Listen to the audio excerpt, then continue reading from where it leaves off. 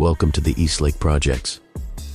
The Eastlake Courts projects are located in the Eastlake community in Chattanooga, Tennessee. The projects were built in 1940 and sits on 35 acres and contains 417 units.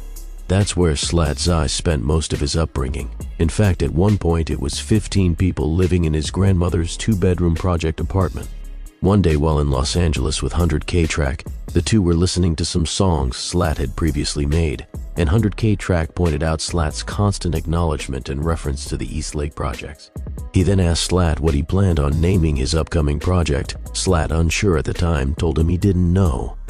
100K Track responded with, "You should call it Eastlake Projects." Slatt loved the idea, and then told 100K Track he wanted him to experience the Eastlake projects for himself, so the two planned a trip back to Chattanooga, more importantly a trip to the Eastlake projects. Once arriving back in Chattanooga, Slatt would take his team to the Eastlake projects, where he was welcomed home with open arms and fanfare beyond words. He would have a photo shoot there for his upcoming project, and record the music video for the first single from the project, 3Ks, which as of 2025 sits at over 5.5 million views on YouTube.